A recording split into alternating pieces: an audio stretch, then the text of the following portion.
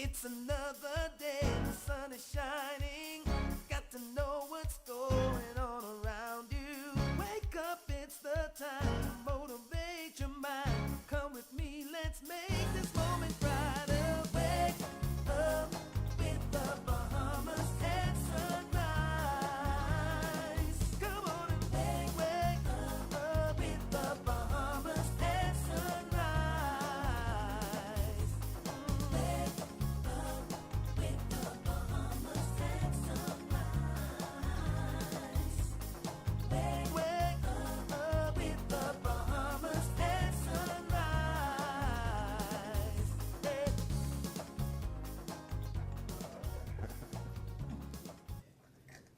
Good morning, TGIF. I'm Philip Simon. Welcome to Bahamas at Sunrise. And I'm Mark Daniels, filling in for guess who? Star, I have your chair. You're not getting it back. We have resurrected Mark and pulled him out of the parking lot. He's been there for a couple of months. Oh, man. It's not that comfortable out there, trust me. Yeah. Now, listen, we're very pleased to have you on the show this morning. For all of those who are watching on Monday, I apologize for not being here. I want to extend condolences to the Carly and Jones family, my family, on the passing of my mother-in-law, Pernell Carly Jones. She would have passed away on Monday. I was at the hospital doing a little stint early in that morning with my wife. You know, it's one of those things where, you know, you even if you do expect it, you don't expect it. Death is so final, and to my wife and the siblings, Tash and Teen and Sean, Candace and the rest, you know, it's going to be okay, all right? You know, gonna it's be that okay. time, this is that time when family comes together. Yeah. Just know that your Bahamas at Sunrise family, even the guy Absolutely. from the parking lot, we're here for you. as a I family. know that. Mark came in and he lifts all spirits. The first Not thing. all. But listen, we've got a wonderful show lined up for you this morning. The Minister of Social Services is here to talk a little bit about CEDAW. You know, it's been in the news this week. We also have a young Bahamian who was a part of the Forbes 30 Under 30 Scholars Program a couple of weeks ago. Very excited to talk with her. And we've got the FS. That's the Financial Secretary, Mark. Okay. Marlon Johnson in the studio. He's going to be talking, of course, you know, financial state of the economy. Which I am looking forward to because I see there's been some recent developments. A new in the report. news. Yes. Yes. And we'll be talking about the 100th anniversary of our World War veterans. So hence you see us wearing our poppies. And Dr. Carlos Thomas is here to talk to us about juvenile diabetes, and we've got your live weekend calendar.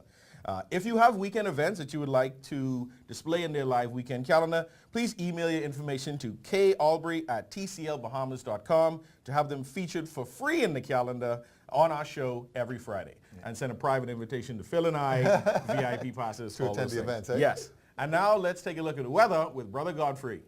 He's Brother Godfrey. He's now. Brother Godfrey today.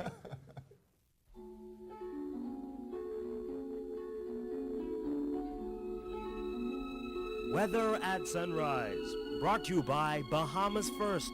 First in insurance, today, tomorrow.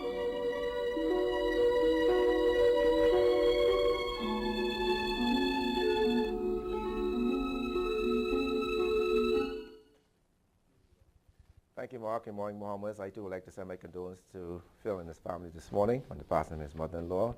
Phil, all is well. In your weather sunrise, first, we do have high pressure to the northeast of the islands. That's going to shift towards the east and make way for a cold front to move into the Grand Bahama area late tonight, early tomorrow morning, and that should stall just south of Grand Bahama across central Abaco and Bimini.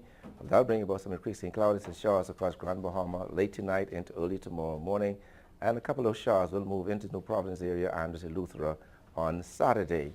In your weather today, we have a mix of sun and clouds, a bit breezy, with a few showers, even maybe a thunderstorm popping up, particularly with the extreme northwest Bahamas late tonight. High temperature today reaching 87 degrees Fahrenheit. Tonight, we're looking at partly cloudy, still a bit breezy, with a few showers, mainly along that frontal boundary. Your low temperature going down to 75 degrees Fahrenheit. And some regional highs and lows across the Caribbean. Barbados, 84 and 78. In Jamaica, 83 and 73. In Trinidad, 84 and 75. And the Turks and Caicos Islands, 86 and 76. Across North America, Atlanta 65 and 50. In Raleigh, 73 and 62. In Miami, 85 and 77. Dallas, Texas 1747, and Toronto, Canada 44 and 39. Weekend outlook, expect some clouds around tomorrow with a couple of showers, even with possible thunderstorm, particularly with the extreme northwest Bahamas. And then by Sunday, that system should lift towards the north and some clearing taking place over the islands. Still have some showers over the extreme northwest Bahamas, Granma, and Abaco, but the province should clear out.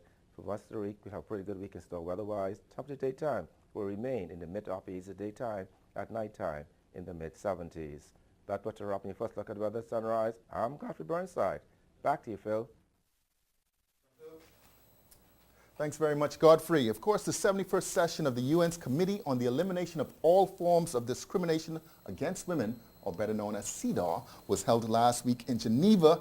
And of course, our very own country was in attendance, represented by the Honorable Frankie Campbell, Minister of Social Services and Urban Development, and Dr. Grammy, Jacinta Higgs, Director of Gender and Family Affairs. Good morning. Good morning. Welcome to Bahamas at Sunrise. Welcome back to Bahamas at Sunrise. Different hat? Yes, different hat. Different hat. So we've got, the man in the studio who, and in fact it says so on his socks, if you can actually see that, Shelley. But Minister, a lot has made the news, over the last week or so. But give us an idea of how this meeting was conducted, the dialogue, the goals, and of course the representation that we had. Thank you for having us. And let me say, I'm pleased that a lot has made the news. Yeah. We had a dialogue with the intention of coming back home to continue a dialogue. Right. And so the fact that a lot made the news meant that we did what we had intended to do. Having gone to CEDAW, we simply presented to them where we are. We made it clear that we accept that the road to the elimination of all forms of discrimination against women is a journey and not a destination. Right. And so we simply told them where we are on that journey, which part of the road we're on. But we also indicated to them that we're focused on continuing the journey. Okay. So we stated what we've done.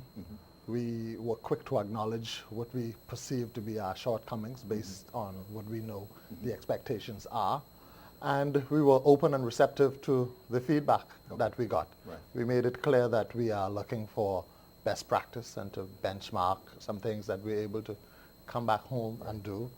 And we didn't leave until we got the assurance that they would give us some technical assistance to help us move forward. Okay, all right. Dr. Higgs, despite what may have made the news, there was many other things that happened, as the minister alluded to, during the meetings. Can you kind of talk about what the preparation was, again, led by, I believe, your So just again, please, for the public, I've just been appointed since August 1st. Okay. And so once I got in office, I found documents upon documents, requirements upon requirements, and I met a working team. And I really want to say I'm so very thankful for that CEDAW working team that comprised of members from every major ministry. Right. Again, the negative news, whatever the devil has for bad, I know in all of my life and experiences, God turns it into good. Okay. And so Senior Nursing Officer Sherry Umbrista by far was the most purest politically with regards to her responses. All of us knew how to use nuances to answer.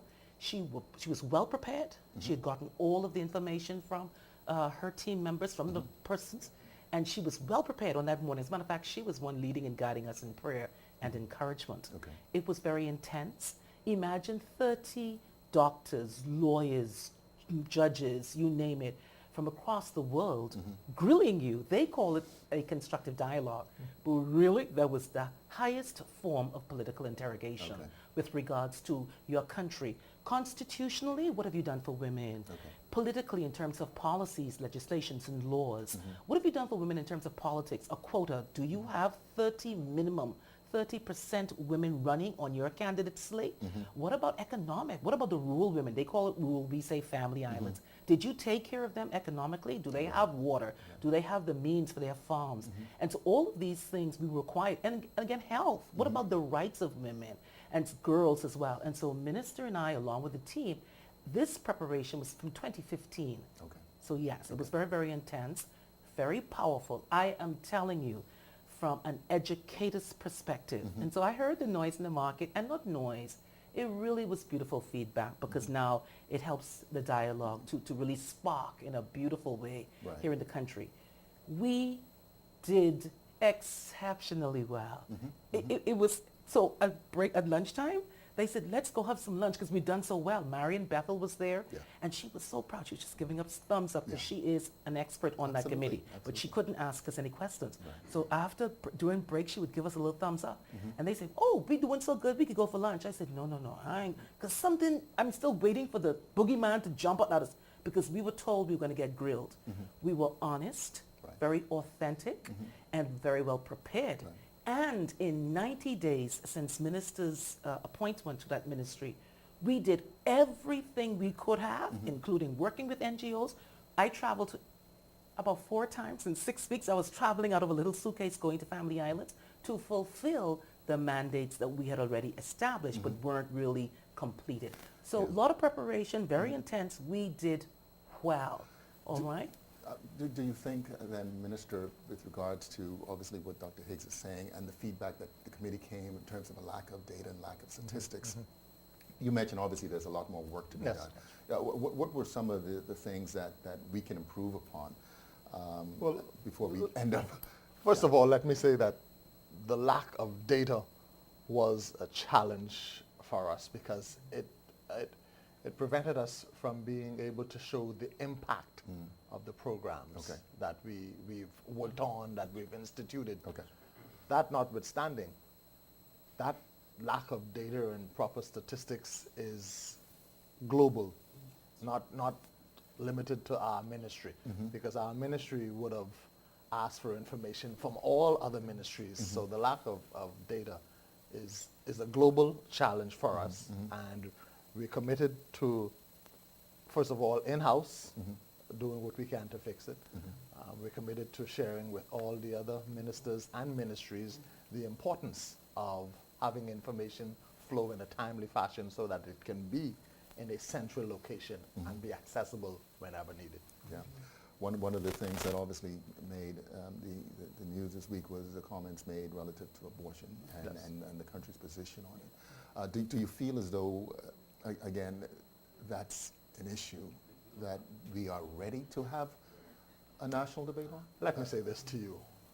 The Bahamas, a small nation, has long been punching above its weight. Okay.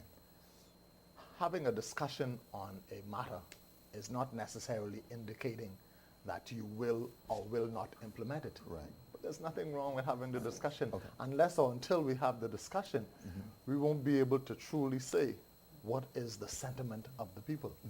And so if we think that is a difficult discussion, Right. wait for a few years. We're going to be having discussions on marijuana. Correct. Same In sense. other parts of the world, same-sex marriage. Yeah, yeah. In other parts of the world, there's a small grouping in the world that's talking about 8 is too late as it relates to child sex, Wow. et cetera, et cetera. We live in this global society. We are signatories to all of these various conventions. We're going to have the discussion, but we're going to have them in the context of who we are as a people, Right. and determine what is good for us in the Yeah. Bahamas. Well, I tell you what, that's a very important point because, again, the world is going in many different ways. Doesn't necessarily mean the Bahamas is going that way. Yes. Well, speak a little bit, just very briefly, on the work, the task that you have as director of this unit. So it's a mammoth one. Yeah. It's a global one, and yet it has to be done with the national nuance of who Correct. our people are, Yeah. of our history, of our spiritual backset. I am asking Bahamians, I'm sitting in the chair as Director of Gender and Family Affairs. I am asking for a spiritual covering because what I saw, we already signed on to from 1993. It's going to be huge and it's going to be bombastic in a beautiful way, though. Can we have the intellectual, spiritual conversation without defaming, without demeaning, without dehumanizing people? Can we have that? And so at the department, our responsibility is public education. It is to offer a platform for the intellectual discourse, and it is to hear the voices. Okay. It is to hear the voices. I tell you what, we're looking forward to that conversation, and hopefully we have the maturity to do it in a way, as you say, that doesn't, cause us conflict and tear us apart. Minister, Director, thank you very much for joining us on Bahamas at Sunrise. Thank you. As we close, I just want to say that it's all about human rights. Absolutely. That's right. Human rights. Human rights. Absolutely. Thank you very much. You're watching Bahamas at Sunrise. We'll be right back.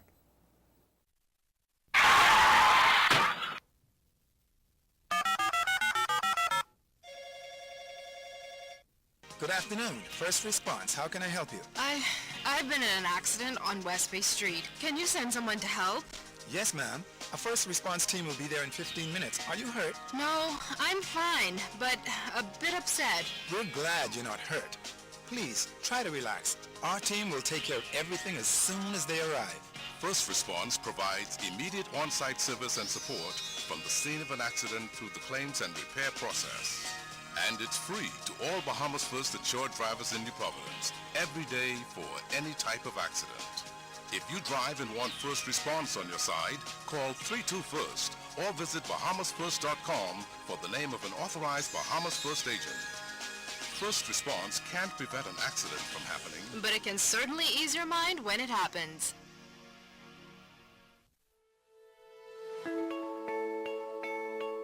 In the past, I've had a lot of issues with service, data service, drop calls.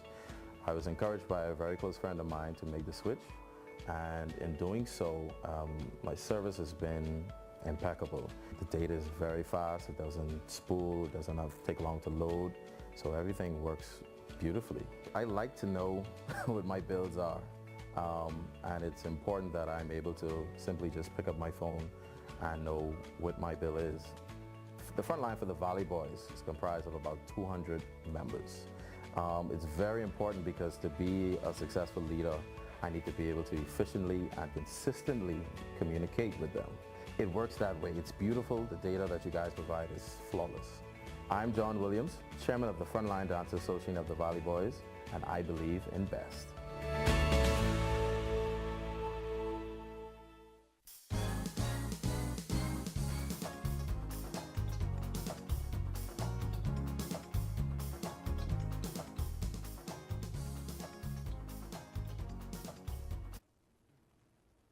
Welcome back to Bahamas at Sunrise. Thank you for joining us this morning.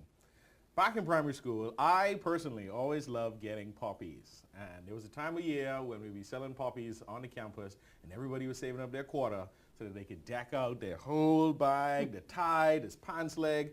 But did we really know that we were celebrating Remembrance Day and what the importance of this day was?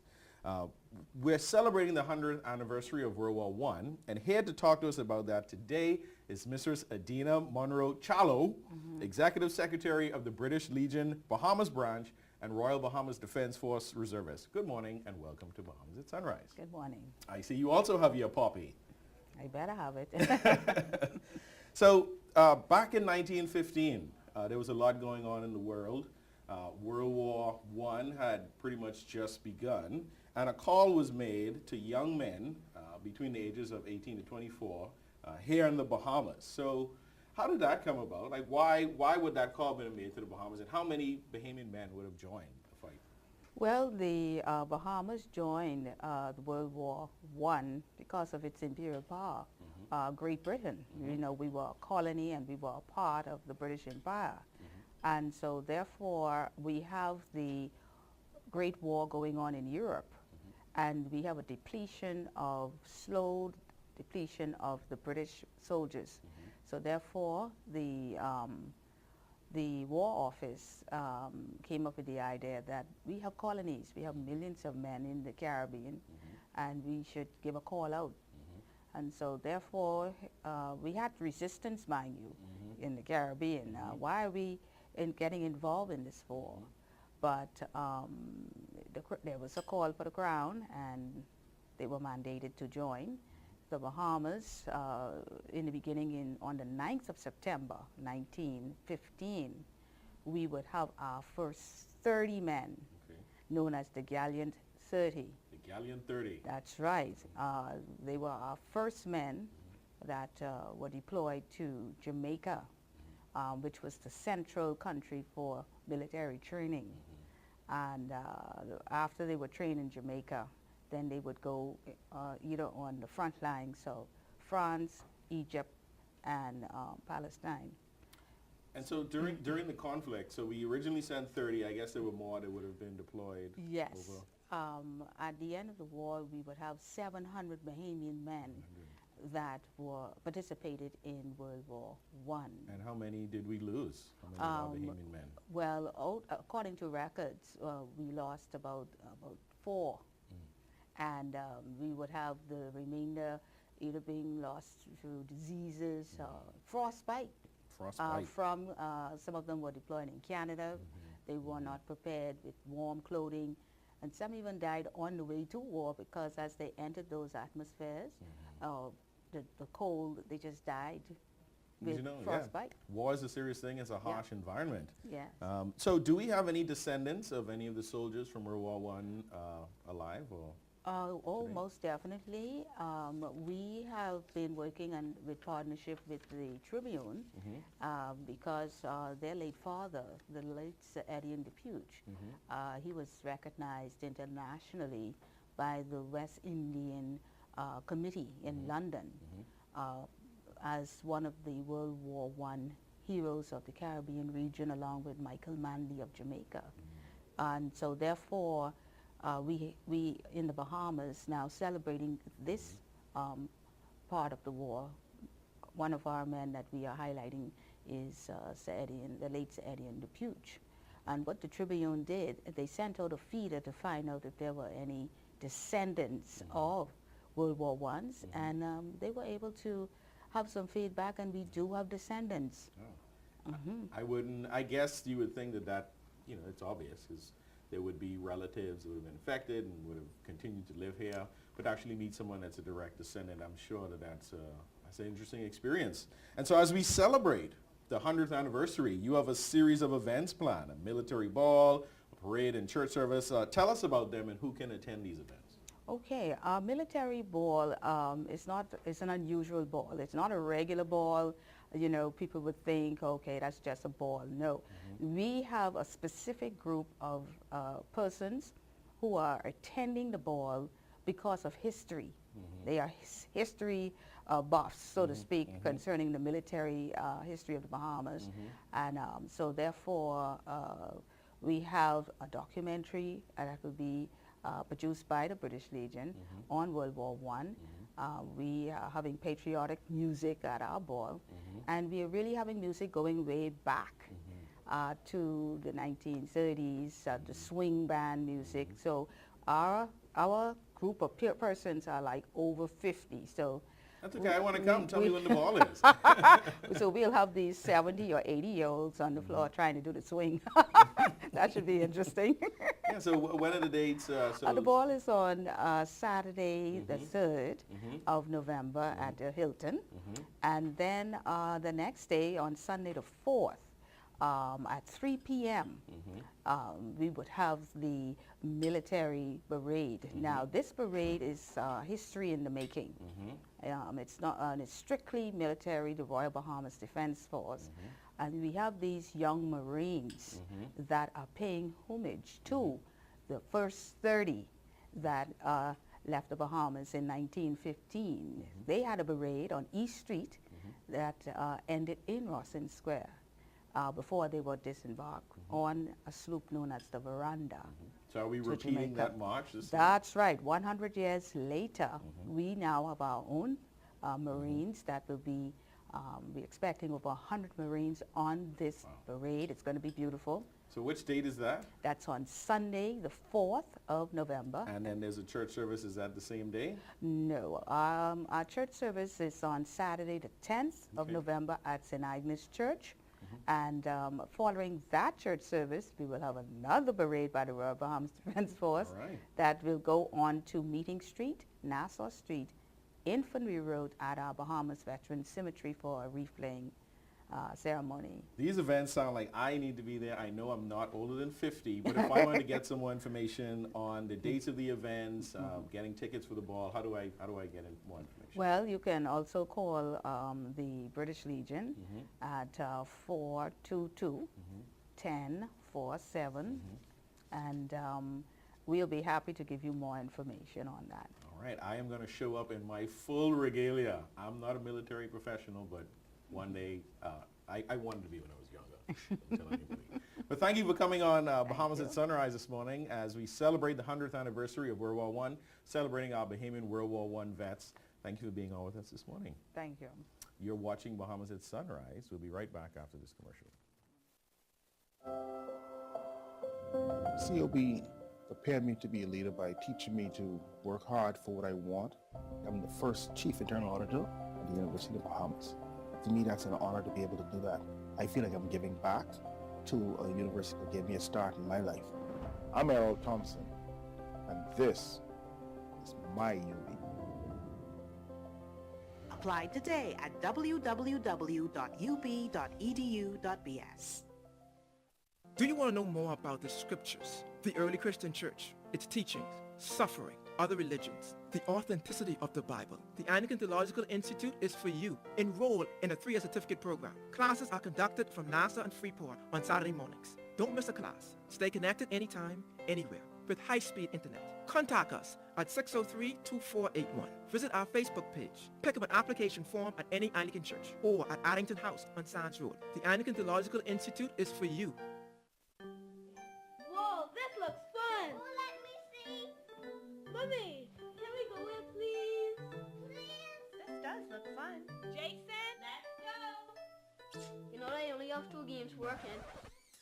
Hey, it's me, Holy! Be sure to come to the grand opening of Holy's Playhouse, October 27th and 28th. We're having a kids' Halloween explosion with a costume competition. Tickets go on sale October 18th. We're located in the Wong Plaza, Madera Street. Be sure to check out our Facebook page for more information.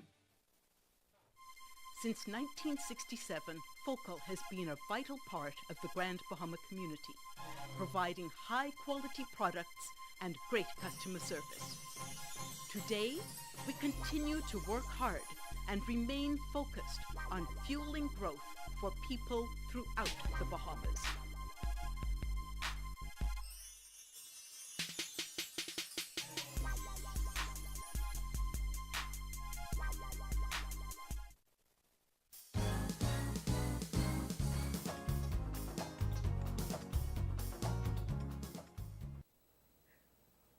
Welcome back to Bahamas at Sunrise. Only 4% of applicants actually get selected to the Forbes 30 Under 30 Summit in Boston. We're very pleased to be joined by our very own Bahamian applicant and successful in that process, Aslan Blank. Welcome to Bahamas at Sunrise. Thank you. Thank you for having me. It's an amazing story. I mean, listen, again, we're very proud of the fact that you were able to participate in the summit.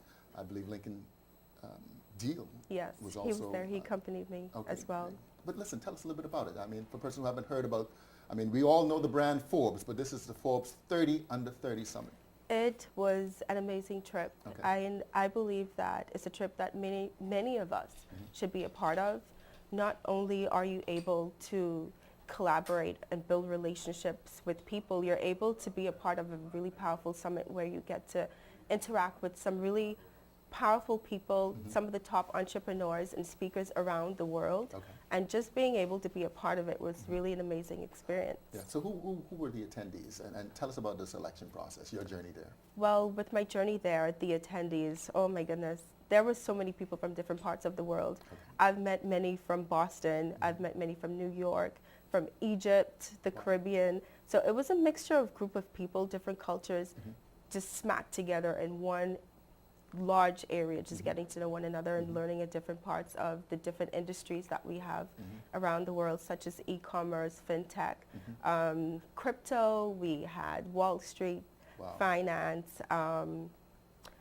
cannabis, capitalism. It was just, just about everything. And you could pick, choose, and refuse, and whatever your interest or wherever your interest lies, you have the opportunity to be a part of it and meet some of the like-minded people that are interested in the same thing that you're interested in.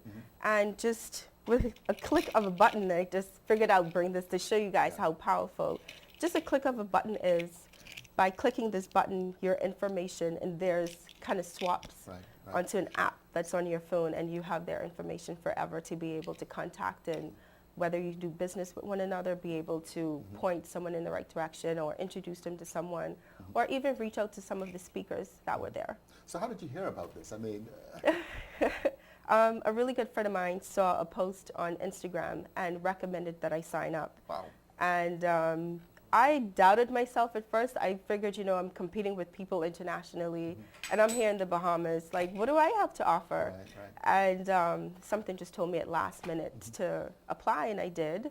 And on the 24th, bright and early, I got an email from Stephen Bertoni, the vice president of Forbes 30 Under 30, and I'm like, oh my God, this can't be real. So I'm here Googling and searching him up on LinkedIn to make sure that this is real. Legit, like, right? is this really legit? Is this happening?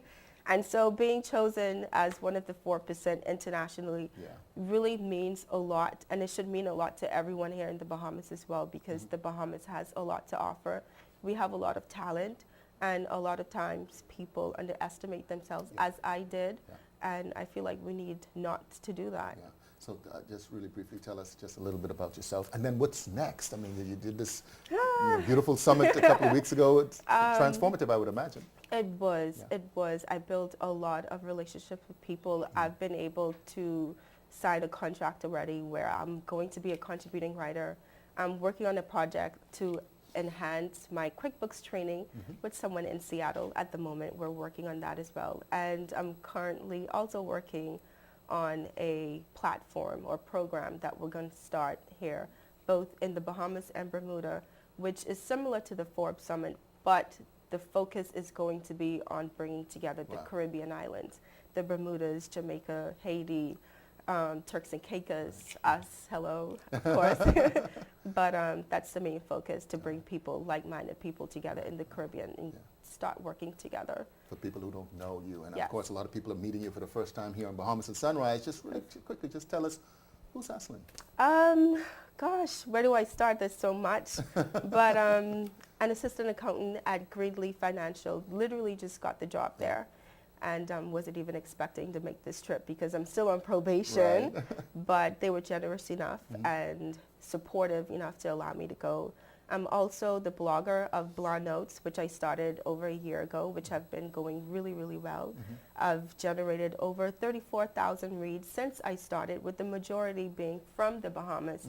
So I know our Bahamian people love to read, and they're interested in what we have to offer. I have a strong background in finance, anything money related, entrepreneurship. That's me, and I love to write about it. And accounting, writing, that is me. Good, excellent. So again, wonderful summit. I imagine it's a once in a lifetime type experience. Is there a part 2 to this? Oh yes, oh yes, and I definitely plan on bringing more people with me. I have friends that cannot wait, and they're looking forward to it, to the exposure. There are so many different people to meet out there, and you never know who your next partner is going to be. It doesn't have to be a best friend or a brother or sister. It could be a stranger, like literally, somewhere sitting at a bar or at a restaurant somewhere.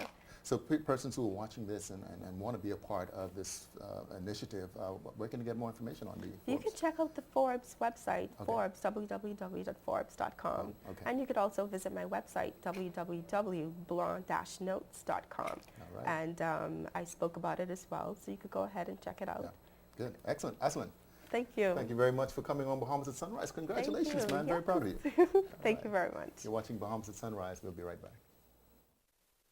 I'm Jennifer Baisden, Group Sales and Marketing Manager for Bahamas Air, and it's my pleasure to invite you to experience Houston. From out-of-the-world excitement at Space Center's Houston, the gateway to NASA's Mission Control, to the over 10,000 restaurants representing cuisine from more than 70 countries. Houston has it all.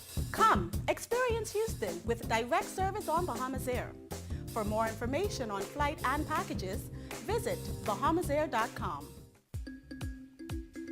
Hi, I'm Davrielle, and welcome to Rev Tips, where we answer your most important Rev service questions. Today's question is, how do I set up a Rev My Account? It's super easy. To create a Rev My Account, simply visit www.cablebahamas.com and click the My Account icon. Next, select the Create Account option. Please have a copy of your latest statement on hand. Enter the information as it appears on the statement to the respective areas on the form. When you have finished, click Create Account to continue with the process. Once you've registered your account, you can use your username and password to check your account balance, view past statements, and pay your bill online. And that's your Rev Tip for this week. Thanks for watching, and be sure to join us next time.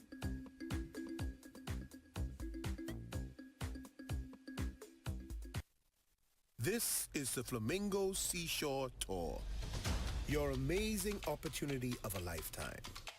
With our friendly, fast check-in service, visit the world-famous swimming pigs in just 25 minutes.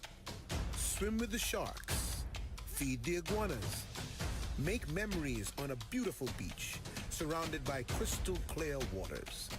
We're available 24/7. Flamingo Seashore Tour. Book your tour with us today.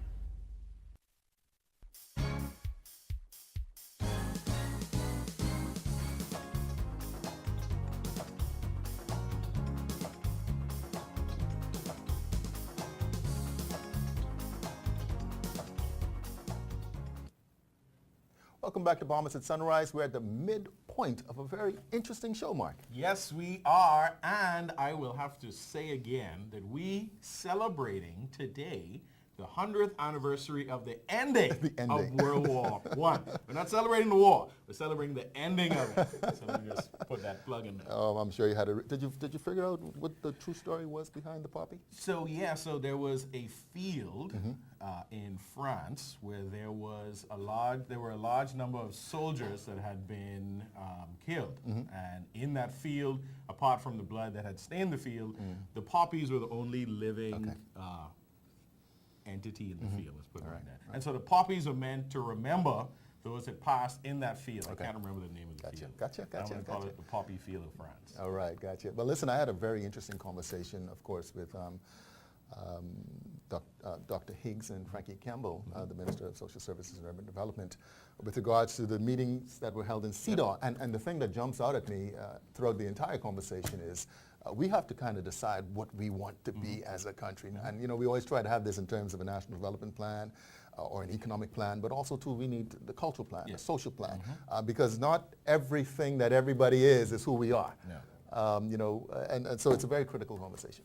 And it's happening worldwide, and I'm glad that the Bahamas is a part of it, and that we have persons involved in the discussion who are tapped into what's happening with the social and cultural environment here in the Bahamas. So absolutely. Kudos to them. Yeah, kudos to them. But listen, we have Marlon Johnson, the Financial Secretary, to talk a little bit about the quarterly report from the Ministry of Finance. There was some good news coming out of that report.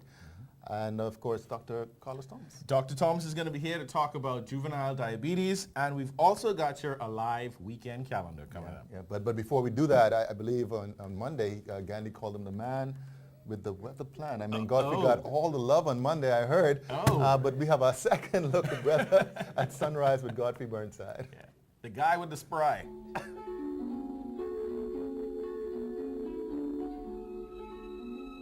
Weather at Sunrise, brought to you by Bahamas First. First in insurance, today, tomorrow.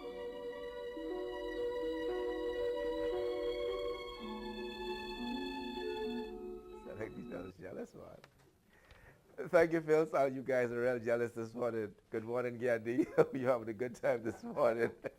First, the tropics this morning. The tropics quiet, and tropical storm formation are expected during the next 5 days. On the local scene, high pressure to the north of the islands is going to shift towards the east, and it's going to make way for cold front to move into the extreme northwest Bahamas. It will stall just south of Grand Bahama on Saturday morning, but that'll bring with some cloudies and showers, particularly with the extreme northwest Bahamas over the next 24 to 36 hours.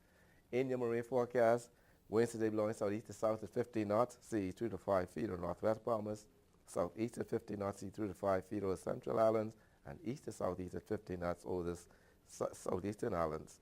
On Saturday, those winds become southerly at 15 knots, sea 3 to 5 feet over the northwest Bahamas, continuing southeasterly at 10 to 15 knots, sea 2 to 4 feet over the central Bahamas, and east to southeast at 15 knots, sea 3 to 5 feet over the southeastern islands. Then on Sunday, those winds southeast at 15 knots, sea 3 to 5 feet over northwest Bahamas, east to southeast at 15 to 20 knots, seas 4 to 6 feet over the central and southeastern islands.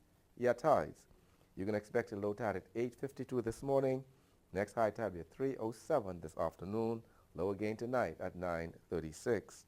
Sunset will be at 6:24 this evening. rises more 719, UV index 8, your water temperature 80 degrees Fahrenheit, and the moon phase last quarter. Extended look. On Saturday, we have some cloud and some showers, but that front will lift on Sunday, bringing us some partly sunny skies to remain the week. Temperature daytime will be in the upper 80s, at nighttime in the mid-70s. And just a reminder to fall back on Sunday, so your clock goes back on Sunday, so the person working Saturday night will have an extra hour on Sunday morning. That puts her up, and you're fun like a brother sunrise. I'm Godfrey Burnside. Back to you, Mark. Welcome back to Bahamas at Sunrise. November is Diabetes Awareness Month, and we want to look at diabetes in children. Sometimes this gets overlooked. We always think about adults, but we forget that juvenile diabetes is a serious issue here in the Bahamas and around the world. Here to talk to us this morning is pediatrician Dr. Carlos Thomas. Good morning, Dr. Thomas, and welcome to Bahamas at Sunrise. Good morning, Mark, and good morning. Nice to see you. Glad to have you here. Thank you. So tell us, what is juvenile or type 1 diabetes and what causes it? So many persons are familiar with the term juvenile diabetes. Type 1 diabetes is a new name. And that occurs when there's a significant decrease of the production of a very important hormone called insulin. Now, insulin is very important to control, maintain our blood sugar in a certain range. When your insulin doesn't work, your blood sugar gets out of control, and that's type 1 diabetes. And that's happening in children. The rate of rise is not increasing, however. It's about the same amount we've had over the years. Right. What is more troubling is that we're now seeing many more cases of type 2 diabetes. Used to be called adult onset diabetes. And we're seeing this in children. That's very alarming and concerning. Wow. So for type 1 or juvenile diabetes, how is it managed in children? So essentially, your body has an organ called the pancreas, which is just below and behind the stomach that produces insulin constantly. And the insulin works along with your sugar intake. So think of your insulin production as your steering wheel on your car. It moves left or right based on what the road does. With type 1 diabetes, for some reason, some people think it's due to an autoimmune condition, meaning for some reason your body attacks the pancreas, and therefore the production of insulin is either totally eliminated or significantly reduced. So that patient now needs to take external insulin on a regular basis. And what are some of the complications that may arise with regards to type 1 diabetes? Well, the short-term complications show up when you present for the first time. So there's increased thirst, there's increased urine production, there's weight loss, fatigue, maybe blurred vision, abdominal pain, and they can be very ill when they present. But I want to make sure we talk a little bit about type 2 before we leave this morning. So, so yes, let's talk about type 2. So you mentioned earlier, but we'll repeat for our viewers, can children develop type 2 diabetes? Yes, and so we don't use the term adult onset diabetes anymore because we're seeing this appearing in children, in young children. We have an epidemic, I would say, of obesity, not just in the Bahamas, throughout the Caribbean and the world. In large part due to our sedentary lifestyle. Our children don't play outside the way they used to when we were children. They're indoors on their tablets and so on, coupled with our poor nutrition. So there's increased sugar intake, increased foods with increased fat content that's available and being abused. So those two are the things that contribute to the significant increase. And so how do we prevent or reverse the occurrence of type 2 diabetes in our youth? I'm glad you asked the question because let's start from the beginning. I always try to put a plug in for breastfeeding.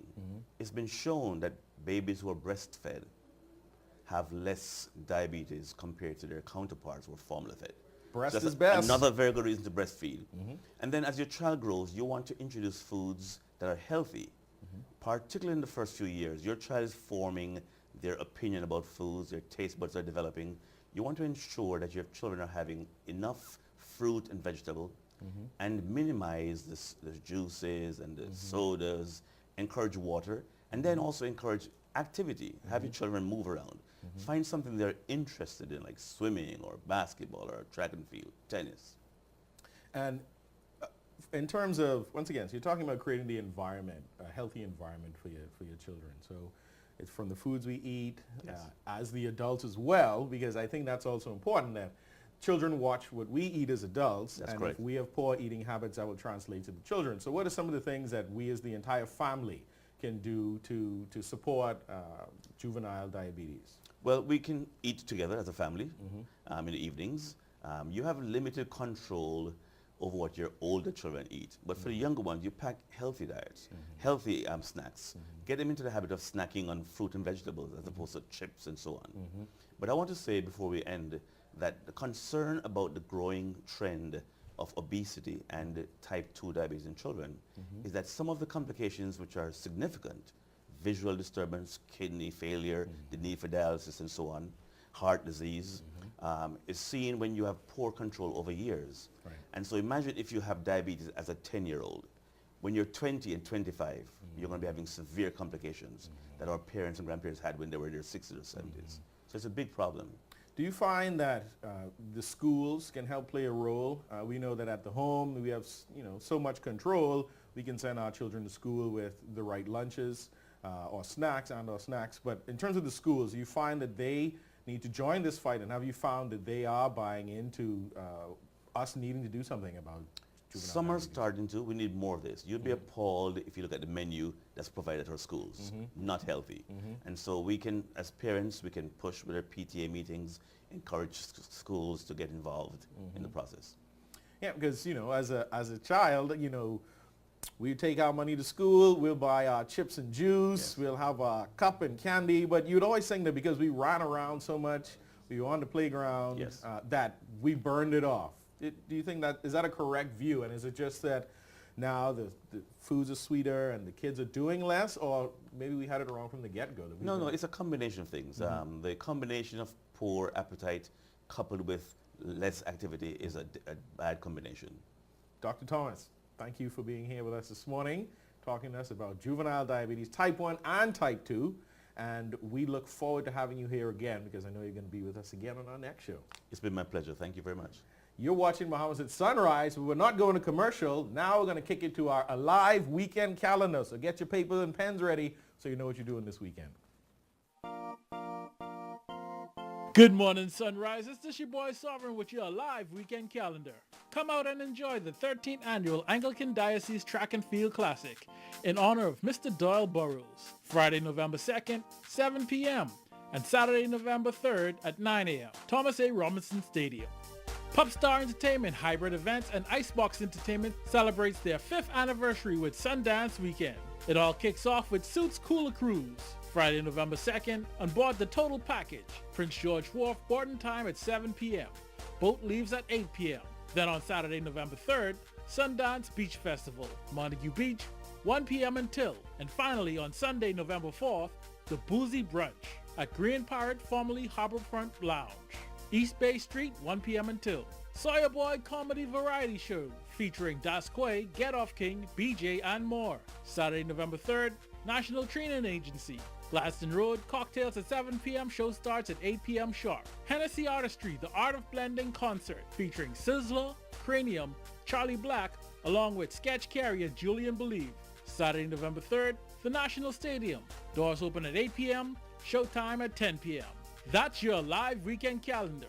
To be included in the Alive weekend calendar, email us at kalbury@tclbahamas.com. Alive, believe in best. So who really own the Nassau Container Port? Boss, that's easy. The government. I do. I do. Thank you. I do. I do. And one day, he will too. I do. Knock knock. Here at the Nassau Container Port, we've diversified our ownership to give hardworking Bahamians a piece of the economic pie. And we'll continue to grow so that we can give you a consistent return on your investment. That's our promise.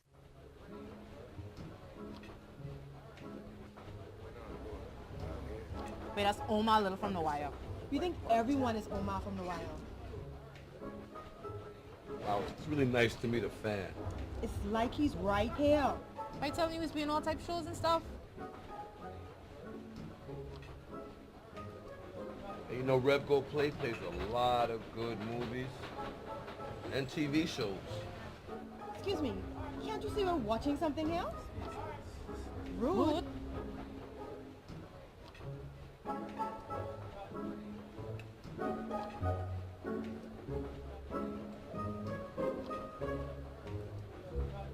Settle all your pop culture disputes with RevGo Play. Watch, record, and stream all your favorite shows wherever you are. Free for all Rev TV subscribers. Rev, you and us together. World-class success through bold leadership. Hubert Edwards Global presents the second annual Success Summit 2018. Dynamic local and international speakers. Life-changing presentations designed to fuel your success at Super Clubs Breezes on December 1st, 2018. Your investment is only $100, including lunch. Our speakers, Dr. David Burrows, Simone Edwards, Peter Hall, Shivago Lang, Duquesa Dean, Mario Moxie, Kendall Major, Carlos Palacios, Cheryl Bazard, Gowon Bo, Carlos Mackey, Simone Bo, Valentino Monroe, Wellington Hepburn, and Rodney Bain. Also, Hubert Edwards, as he shares his personal success journey. Fitness experts Nathan Sweeting from Elite Wellness and Donovan Roll of J Fitness. Hosted by Chavez Brown. For more information, visit our website at nlsolutionsbahamas.com. Tickets are available at all Cash and Go locations and online at tickets.cashandgobahamas.com.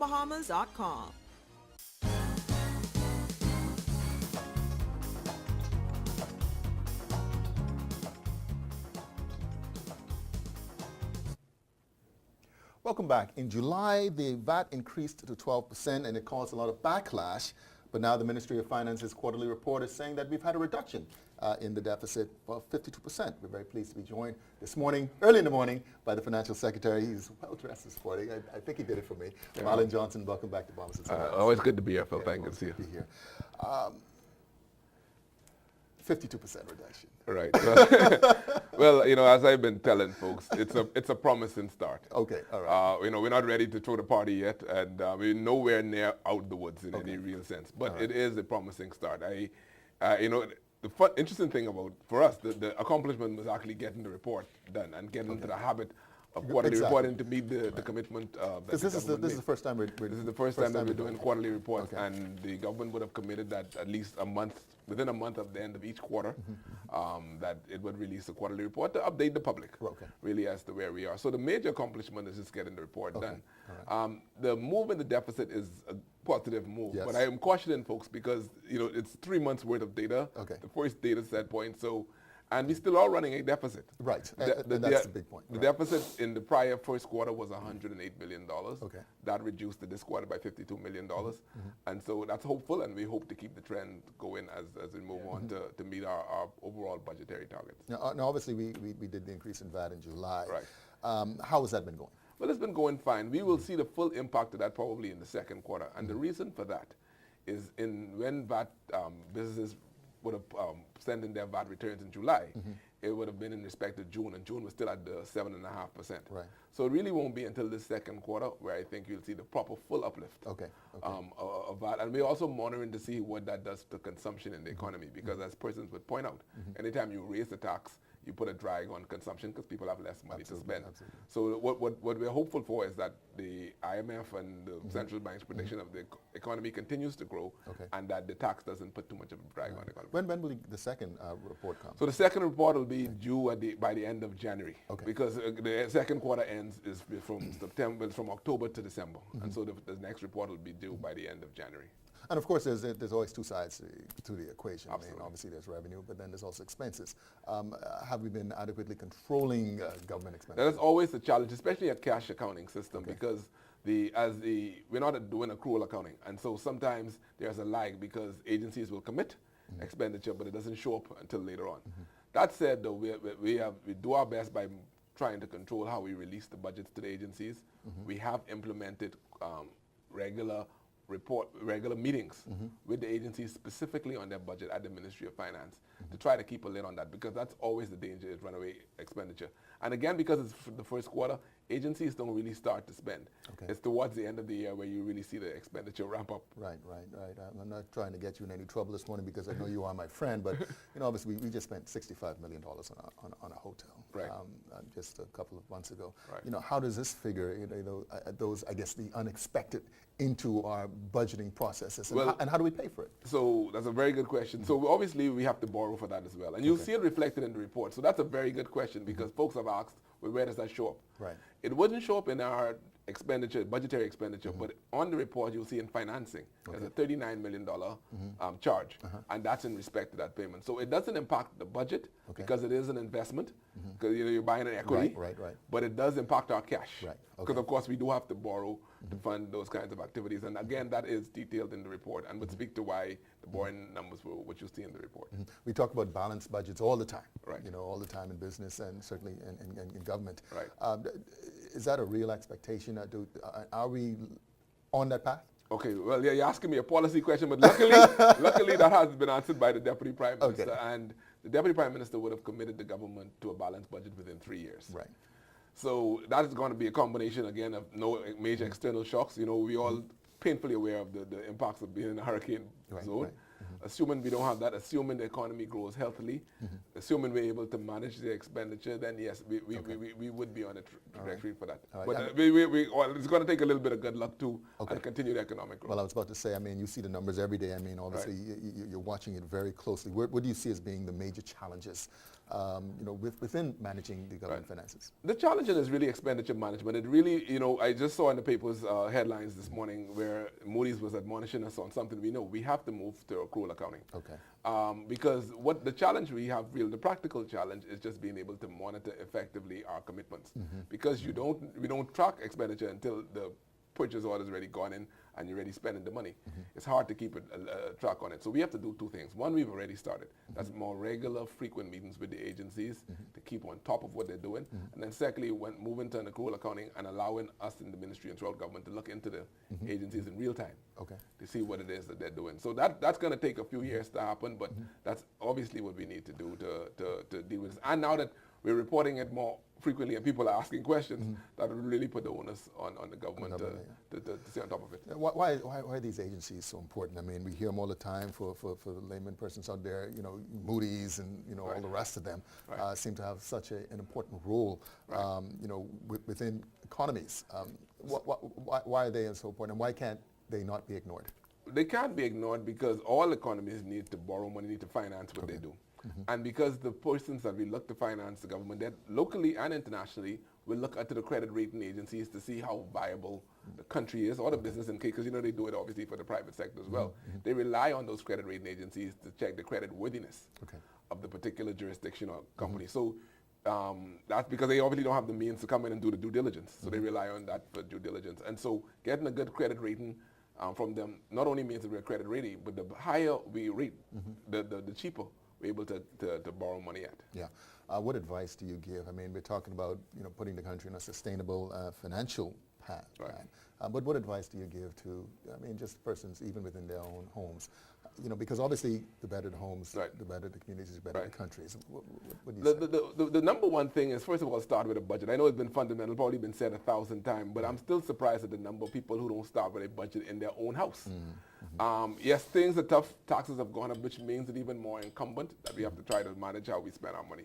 So with the simple rule, the person is to sit down and do a budget. And if you're not comfortable with it, because a lot of people never been taught this, talk to somebody. There are financial advisors out there just to figure out, you want to track and know how you're spending your money. You want to separate your wants from your needs. And once you start to do that, you start to see where you can start to chip away a little money and put aside some money, even if it's only $10 a week.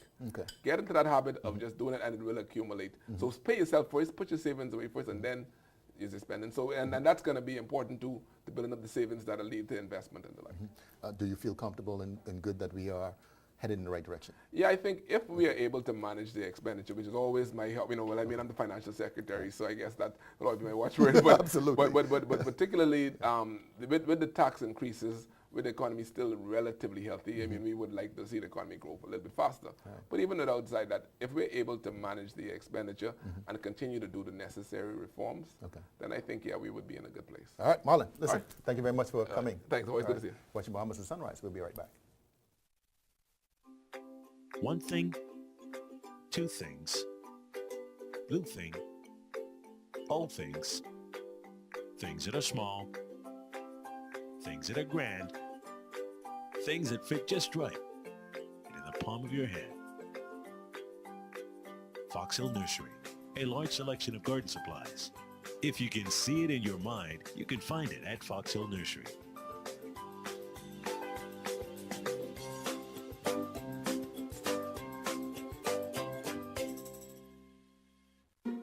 we making Rev work wonders for you? We are doing it together. You told us what you want, and we've heard you. Want faster broadband? How about speeds up to 1 gigabit per second? Want shorter house calls? 2 hours max. We promise. Want to take your entertainment anywhere? Well, your Rev Go Play app is here. Rev, we've heard you. You speak, we listen. Rev, you and us together.